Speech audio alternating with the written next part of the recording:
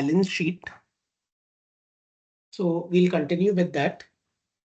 So we start with the same. We go here. We go to the same Lal PathLabs. We go to investors. We go to annual report, and then we open the annual report. Now, once we open the annual report, we see where the standalone balance sheet is, and then we come to the standalone balance sheet. And over here, we'll briefly go through what these, briefly go through the items here, and then we'll also be briefly looking at the notes.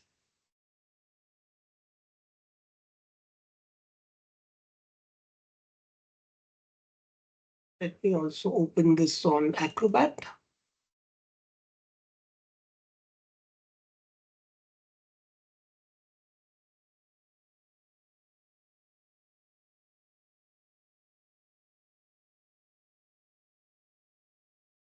Okay, so we first start with property. We start with the assets, and then we go down to the liabilities and shareholder equity. So we start with the assets, and in assets, we start with the property, plant, and equipment. So property, plant, and equipment, as we know, is the equipment, factories, etc., the buildings and other things that the company needs in order to run its operations. So we'll just use this one to go to the notes. So it says go to 3A.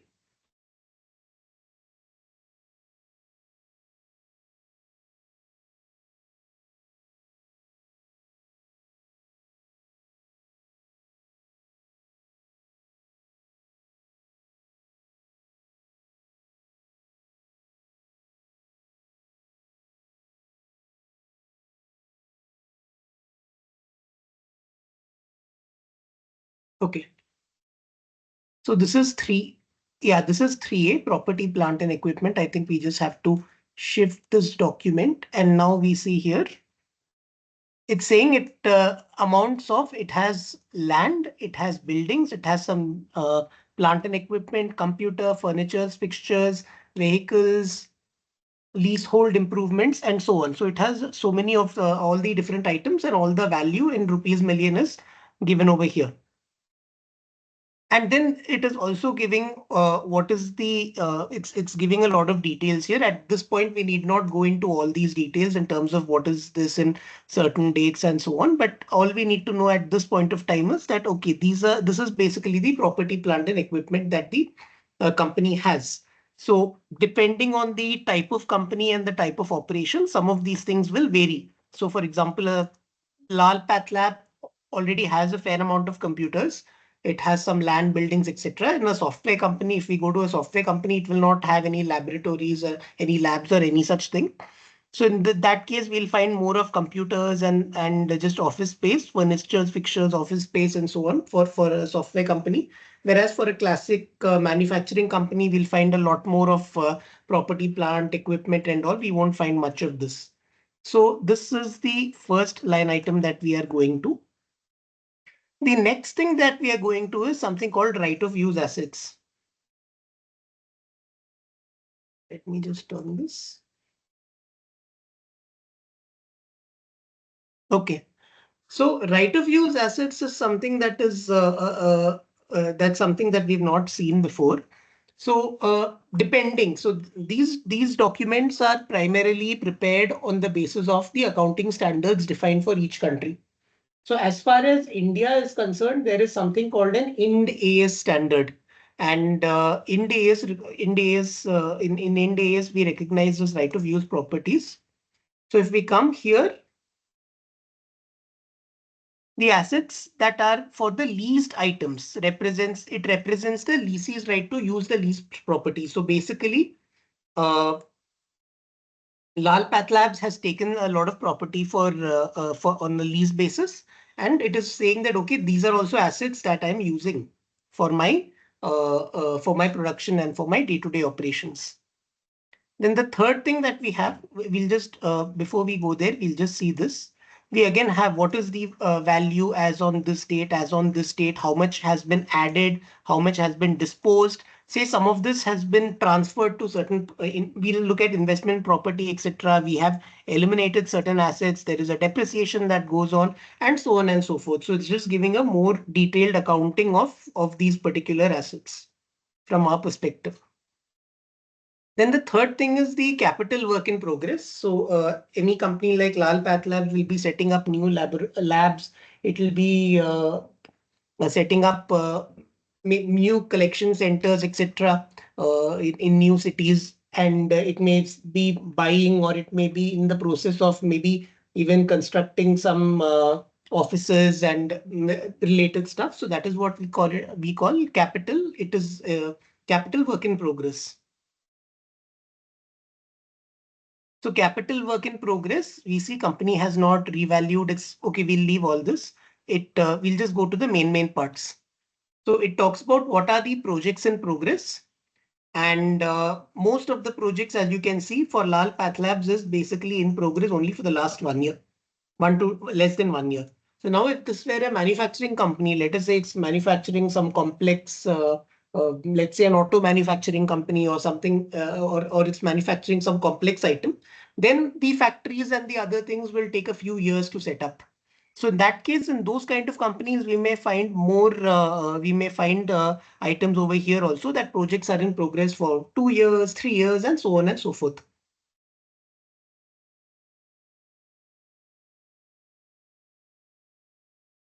Then the next thing is investment property.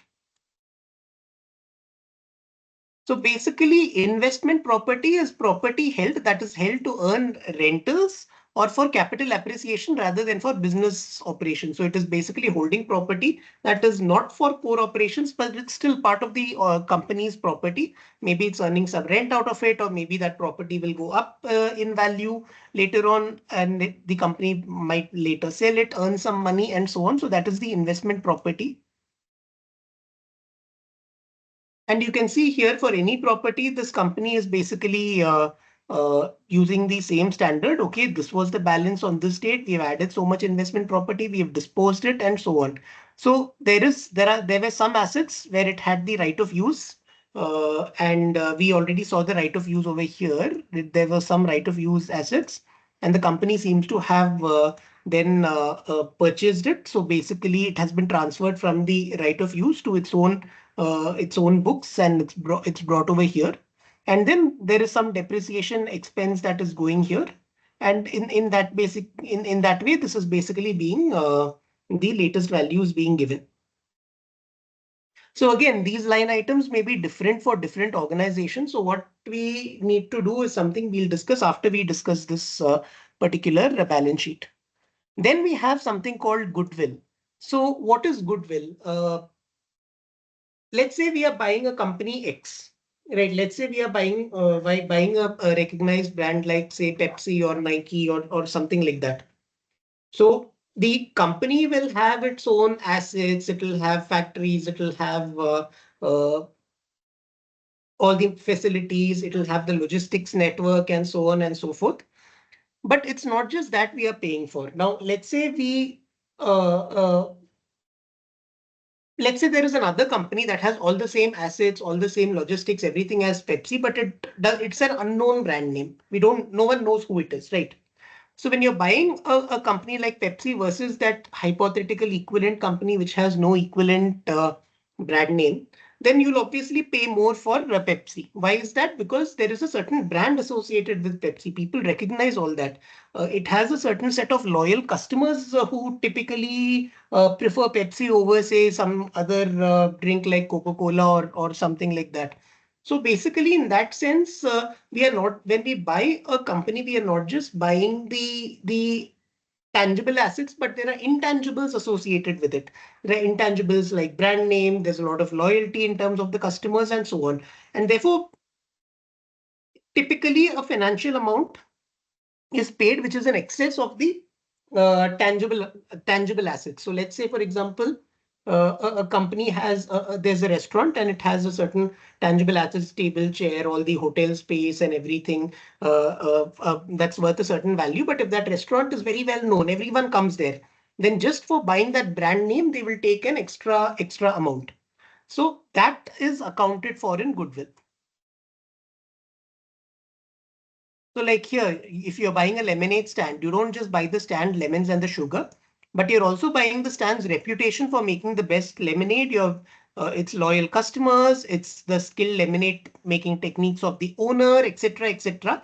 And that extra value you're paying for beyond the physical assets is like goodwill in accounting. So this is a very simple way of understanding. So in accounting terms, goodwill is the extra amount a company pays when acquiring another company, right? Over and above the fair value of its assets. So in the balance sheet, they're also measuring the goodwill and they are saying, okay, this is the kind of goodwill that this is the value of my goodwill. Now we can just go to these notes. Notes is number 4. So we'll just go here and we'll see. So there is something called an accumulated impairment loss, and there can even be gains. So uh, what may happen is that let's say there is a brand. Okay, let's say that there is a very good brand like Cadbury. Now the Cadbury has a very good brand name. Now on one particular year, let's say a lot of just hypothetical case, something real also happened. Let's say that a lot of some worms are found in the chocolates of Cadbury. So then what will happen? Earlier, Cadbury was held in very, very high esteem and very, very high respect by its customers. But because of this reputation, because of this incident where, say, a lot of where worms and other things were found in multiple chocolates, the reputation of that company goes down. This thing comes in the news, and then they put all the video and show the photos and all of that, and the reputation of that company basically goes down. So from that perspective, the goodwill of a company can also the reputation, the value of that reputation can go down or it can go up. So if the company does something great, then that goes up. And therefore, this goodwill is not constant. So on a particular year, let's say I pay a certain amount for good for I assume a certain amount for goodwill. So let's say for Cadbury's brand name, we assume a certain amount. Now, maybe we may find that in future, oh, this amount that we have paid is actually a little on the higher side. That as per these new estimates and the new ground realities and the new situation, the goodwill amount can actually be can go down or maybe it may go up. So that is why we have this impairment loss and so on, right? So this is basically the goodwill. Then there are other intangible assets. So there may be other intangible assets, for example, patents. Right. So a patent is not a physical, it's not like some physical asset like a factory or a computer or something like that, but it still has a lot of value of its own. So there are some other intangible assets and intangible assets under development. So we'll just see that. So they have some computer software, etc. Maybe they are using some proprietary thing for which they have patents, etc. We don't know. And then they also have some trademarks, right? And then they are talking about what is the value of these intangible assets over a period of time. So on April 2022, it was 553. And then there is some addition here and it's gone to 595 and so on. And then there is some addition, amortization, increase, decrease, and so on. And therefore, they are just adjusting all this over a period of time and showing that.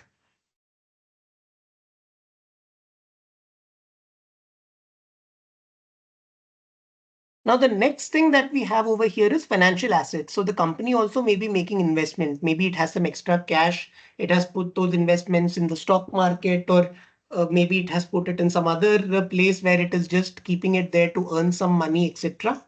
So that is what is the investment part. So now when we come to the notes, we see that, okay, this company has a lot of investments in several subsidiary companies, shares. So there it has some 12,800 shares of rupees 10 in some Paliwal Diagnostics, one of its subsidiaries, and then some other shares, and then a third set of shares in another subsidiary. This company was acquired by Lal Pathlab called Suburban Diagnostics. and so on. It has Lal Pathlabs Bangladesh, it has a lot of shares here, Lal Pathlabs Nepal, and so on and so forth. So it has investments in all these different subsidiaries. The next thing is loans. So why would you put a loan as an asset? A loan is actually a liability. So this was one of the things that that strikes us as odd when we look at it, because we have two things. We have assets and we have liabilities, right? So here the meaning of a loan coming under asset is that the loan is something that they have given to someone else. Typically, that is what it means. So here it says loans to employees unsecured considered good. So Lal Pathlabs has provided some loans to its employees, approximately rupees 0.32 million, approximately 3.2 lakhs. And this loan, it considers this as good, that okay, I will get back that amount, and it is not secured. There's no collateral, so it's not telling that employee, hey, if you're not able to pay the loan, I will take over your house, and nothing of that sort. And it has, but still, this is an asset that the company has. That money is money that is owed to the company. It will be repaid to the company. Then we see there are other financial assets.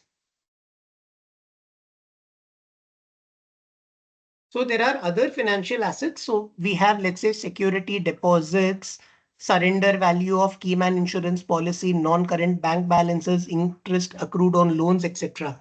So let's just hypothetically say when we come across a balance sheet or any other financial document, we will come across situations where we don't understand what these things mean. So in today's age and time, it's very easy for us to get the information we want. So all that we need to do is we just take this. Okay. And then we put it over here. Explain.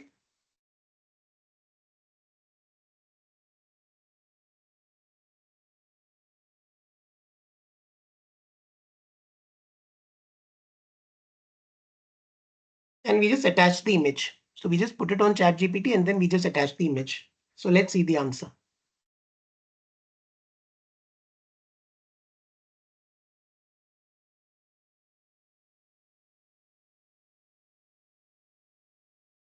Okay, so security deposits are amounts deposited with third parties like landlords, etc., as a guarantee or collateral. So even when we take a house for rent, we take security, right? Surrender value of Keyman insurance policy. So this refers to the cash value available if a life insurance policy is surrendered before maturity. So let's say I surrender a policy and then I get a certain uh, uh, I get a certain values. I get a certain cash value. Such policies are taken to protect the company from financial loss in case of the untimely death of a critical employee. So if a critical employee passes away, then the company has a loss. So they will say that, okay, in cash value, there is a keyman insurance policy I take. If this is surrendered before the maturity, I get so much amount, right? These things are a little complex, but the idea of showing this is that once we understand, so let's say I put this, explain in simple language for a layman to understand.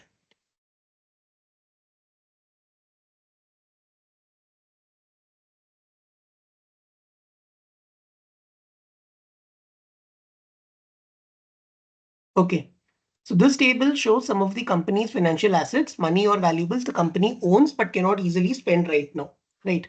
And then here is what each term means in simple language. This is some money the company gives as a guarantee when renting something or making a deal, like renting an office, etc. This is the money, Keyman insurance policy is the money the company could get if it decides to cancel a special type of insurance policy taken out for important employees. The policy protects the company financially if something happens to those employees. Then non-current bank balances. This is money the company has in the bank but can't use right now. So it may be fixed deposit or it may be a guarantee for something like a loan, etc. Right. Interest accrued on loan. So this is interest the company has earned on its savings but hasn't been paid yet. So basically what we can do is that while we are going through the financial statements of any company, we can take these snippets and then we can put it in this chat GPT or in Gemini, Google, and then we'll typically get reasonably good answers. So that way, we will not have to struggle at all. So that is something we can do. We can even take, so let's say, for example, right? I can even take, we are slightly digressing, but I'll just show this. We can even take this particular screenshot and then we can say explain in.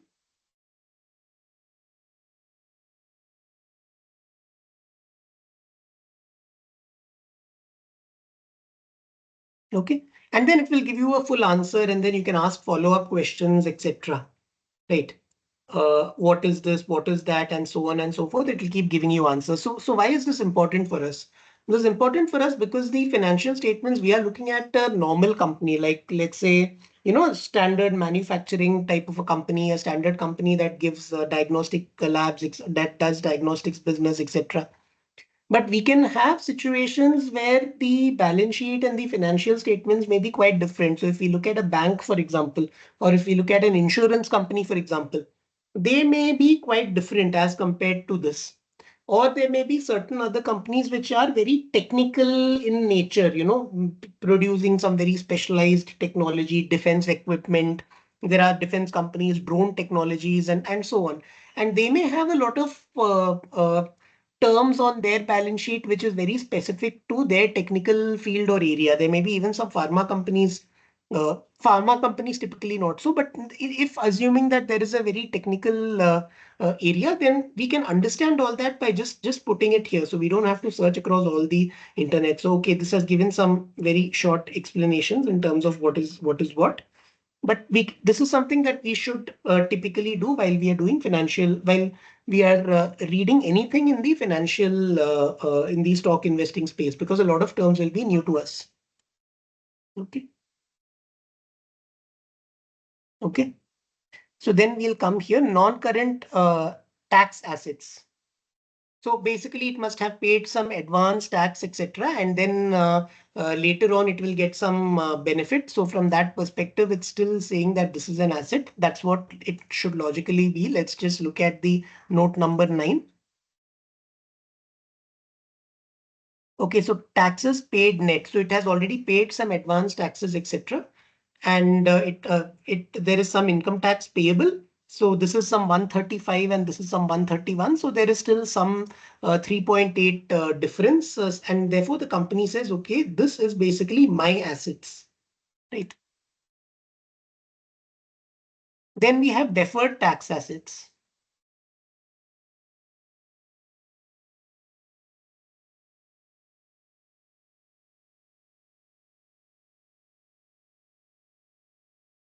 Okay, so this also gives the details of the deferred tax and so on. What are the deferred tax assets on such and such different items? And Okay, this also just gives more details about what is what. We'll move on to the next thing. So this is total non-current assets, which is nothing but a sum of all these.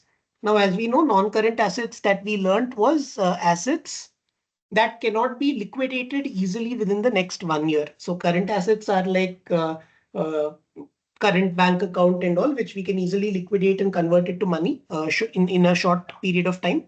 But non-current assets take typically a very long period of time to liquidate, more than a year. So any questions or doubts until now?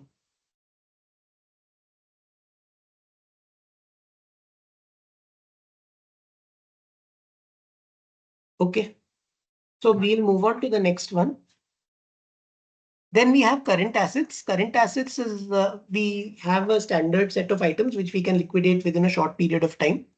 So the first thing that we have is inventories. So we'll go to inventories. That is number 12.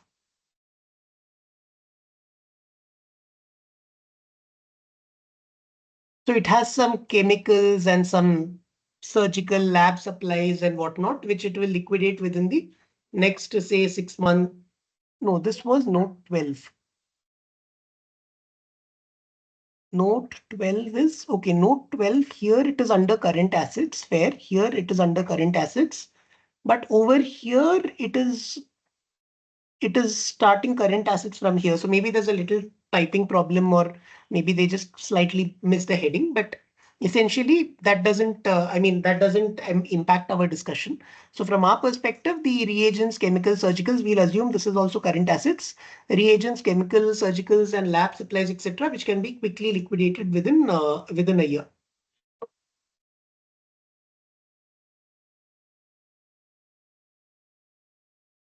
Then we have investments. So let's see what the company has in terms of investment. And now you can see it has basically put a lot of money in mutual funds. So it is some UTI liquid fund, Liquid Fund, Axis Money Market Fund, and so many different funds, like some 8, 10 funds. So it has put money in all these different funds: HDFC Liquid Fund, SBI Liquid Fund, Mirae Asset some fund, Nippon India Fund. So all the well-known mutual fund organizations. It's put some money. Lal Path has put some money in all these. Then we have trade receivable. Trade receivables, basically, it is like, let us say that let's say you are running a coffee shop, and then you basically make a coffee and pay it to a customer. Customer says, hey, I'll pay you the 50 rupees for the coffee, but I cannot pay it today. I will get my salary on 31st December, and then I will pay it to you. So in that case, you have not got the money in your hand. It's still with the customer. But at the same time, it is considered as it is considered as an asset from your side. That, okay, this is an asset that I own. Now, there may be a case where the person, instead of paying you for that coffee, he just runs away, he just vanishes, and you don't get that money. Those things happen, but typically, I mean, that is more applicable in the case of banks, etc., where they have to take provisions for those loans where they don't receive it and so on. We'll not go into that. From our perspective, in this case, we will assume it's a simple business. We'll assume that they are going to receive all this money for sure, and therefore there is trade receivables. They have given some certain services or certain goods or products or whatever, and they're going to receive all this money. Now, what are these trade receivables? Let's just see that. Okay, so secured considered good. So secured, basically, considered good means that they have some security, some guarantee. Like, for example, if you take a loan from a bank, bank will say, hey, we want something as security. Your house will be a security. In case you don't repay the loan, we'll take over your house. Right? Unsecured. So unsecured means it doesn't have any security, but still the company expects that they will be receiving it. And then there is some aspect where there is some doubt about this, right? So then, because there is doubt about this 154.29 million, they are basically, the total trade receivable is so much, but they are minusing it. They are assuming that we are not going to get this 154.29, and then they are saying, okay, we are only going to get the 777.92. So the number here that they have taken is 777.92. This 154 is not considered because they are saying that, okay, this is credit impaired. We may not receive it back. What is the age of the receivables? So for how long have I been waiting for this? So as you can see here, most of this they are going to receive. Majority of this they are going to receive within means they have given the service, or they have given the particular product out only in the last 90 days. So companies, when companies have deals with other companies, they'll have all these sort of terms and conditions where they'll say payment has to be done within 90 days. So most of this is within 90 days only. There is some more within the 90 to 180 day period.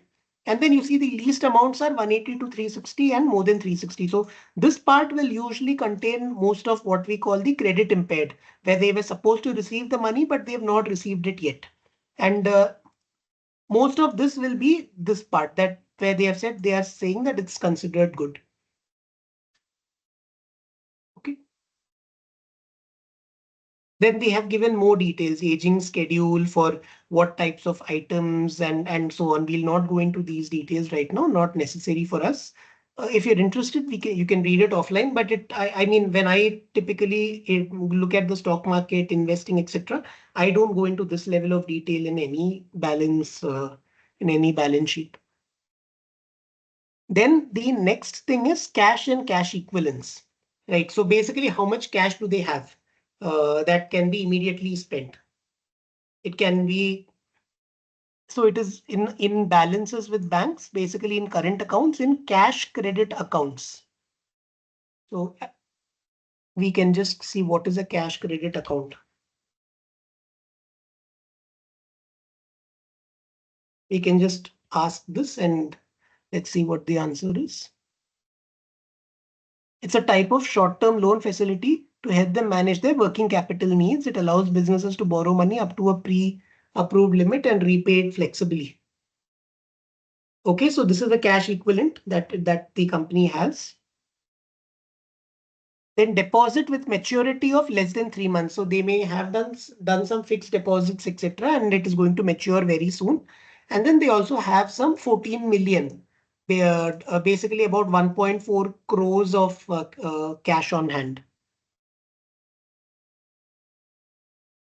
Then bank balances other than cash and cash equivalent. So balance in unclaimed dividend accounts. So there is some unclaimed dividend accounts. Deposits with maturity 3 to 12 months. Okay. And then deposits with bank held as margin money. This I'm not sure. We will have to check with ChatGPT.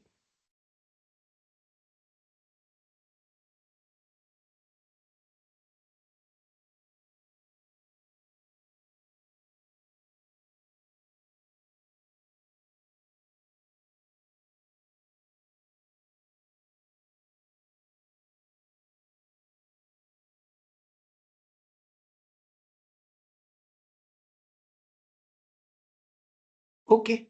So basically, let's say Lal Pathlabs has taken some loan, etc. A percentage of total guarantee amount is required. Banks issue guarantees to third parties on behalf of the customer. A bank guarantee is a promise from the bank that if the customer fails to fulfill their obligation, the bank will pay the third party. To reduce risk, the bank asks the customer to pay some money as a safety net. So basically, if there is a supplier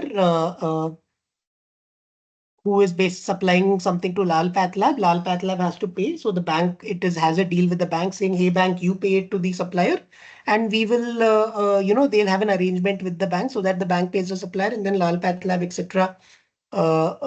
Gives back the payment." And in order to reduce risk, the bank will say, "Okay, you want us to pay up to 10 lakh, you please give me some 2 lakhs as your as a security." And that is what this term means. Deposit with banks held as margin money, deposits against guarantee. So assuming that Lal Pathlabs has done all its payment and later it shuts the arrangement with the bank, then Lal Pathlabs will likely get back this money. That's what this seems to mean.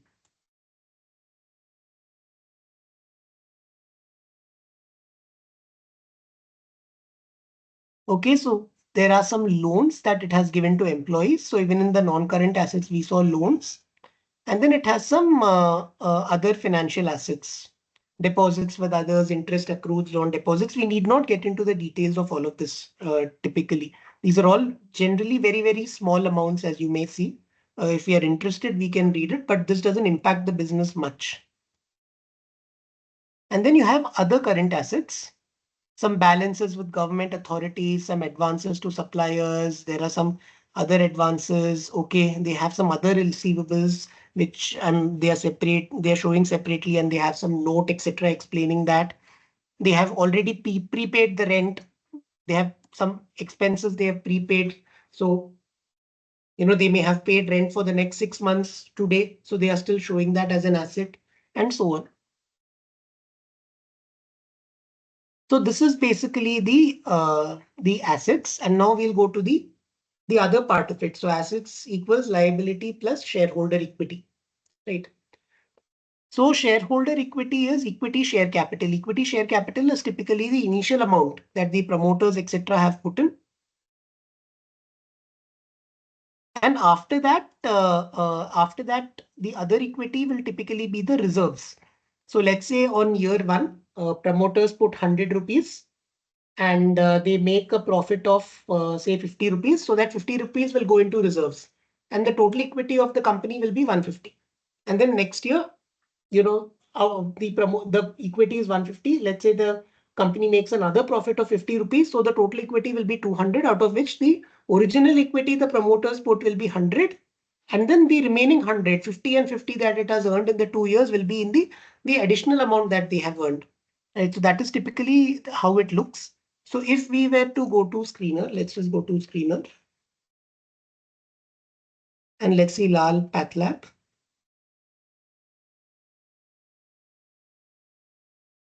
And then we see over here, the reserves are typically, you can see going up every year. Right. So these reserves typically go up because the company is typically profitable over the years. So as the company keeps making profit, the reserves of the company keeps going up. Assuming that they don't use all this up in some other. I mean, typically as they make profits, the reserves go up. We'll just keep it at that level. Let's not get into the details of it. Right. So we'll go to the notes.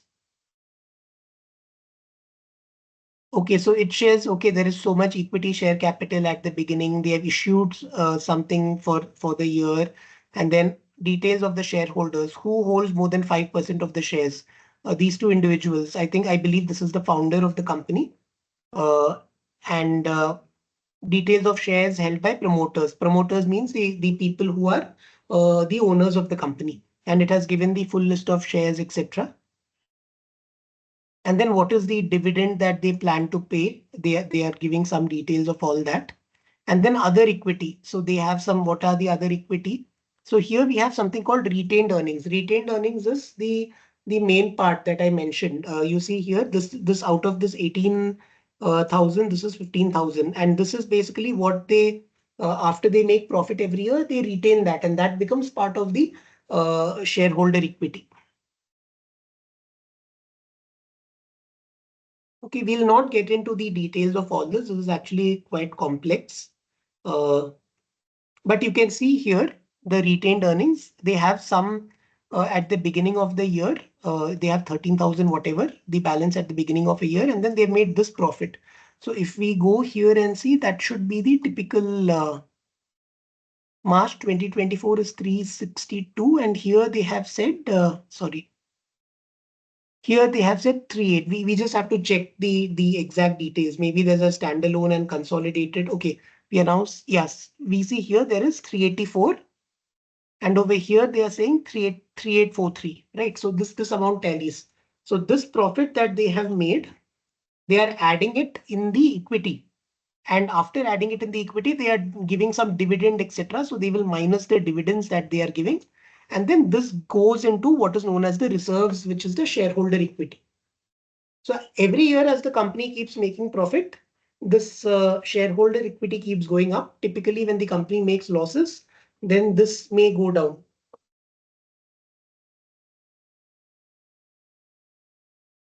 So now we go to the liabilities part. So financial liabilities is what are the borrowings. Now this is very important. We always, whenever we look for companies, we should look for companies which don't have too much of borrowing. If they have too much of borrowing, we should be very afraid of going for such companies. So over here, you can see the borrowings is nothing but 833 million or something, which is actually a relatively small amount compared to the total, which is a very small amount. So we'll be looking at some of the financial ratios where we see, okay, borrowing is less or not. And also if we see over here, this is 2024, this is 2023. And if we see over here, the borrowing has actually gone down, right? It was 833 the previous year. Now it is nothing. So that is actually a good sign.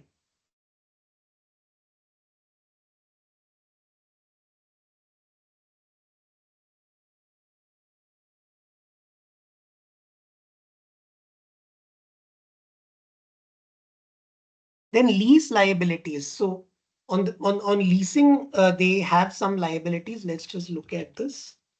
Lease. Yeah. So interest on liabilities is recorded as an expense. Okay. So whenever there are any liabilities and they have to pay any interest, then this is also recorded as an expense. That is lease liabilities. And then they have trade payables. Trade payables are someone has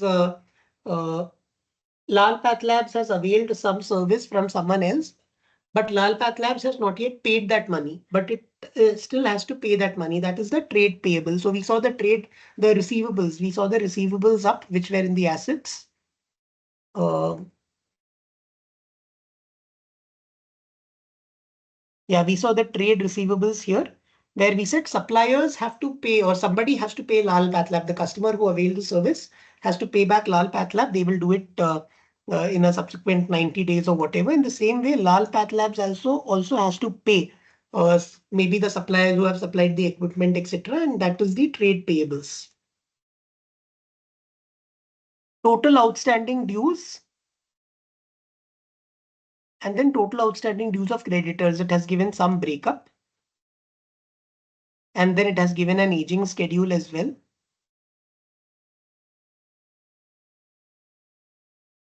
And then it has some other financial liabilities. So what are these other financial liabilities? It is okay. It has received some security deposit. So maybe it has to return that security deposit, etc. And payable towards capital goods. So maybe there is some capital goods, some new equipment, etc. that it has bought, but this amount, this payment is still pending for that. That's what it looks like. So this is another liability. Then we have provisions. So basically, this is provisions for employee benefits. So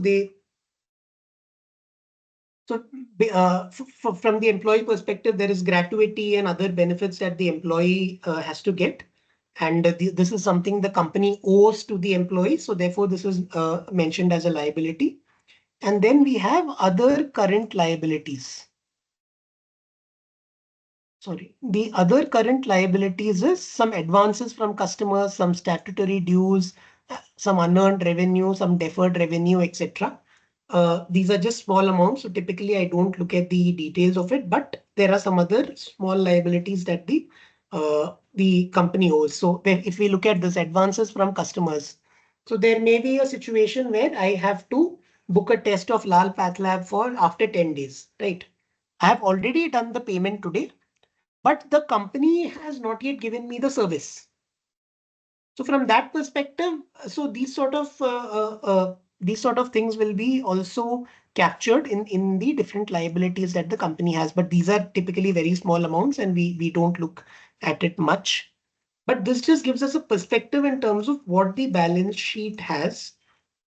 Typically, I don't think it is necessary to go into the details of each company's balance sheet. If we go into this level of detail, then the only thing we'll be doing is reading the financial statements. We won't get time to assess things, but we should have an understanding of what is what, which will be important for us to make decisions when we actually talk about the investment approaches and strategies that we need to use. So soon we'll start covering the ratios, and in the ratios we'll start looking at, okay, we look at these things in the balance sheet, we look at these things in the income statement, and so on and so forth.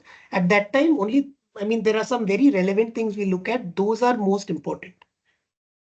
But any doubts so far?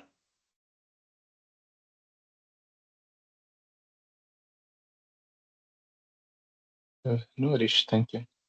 Yeah, thank you. So I think one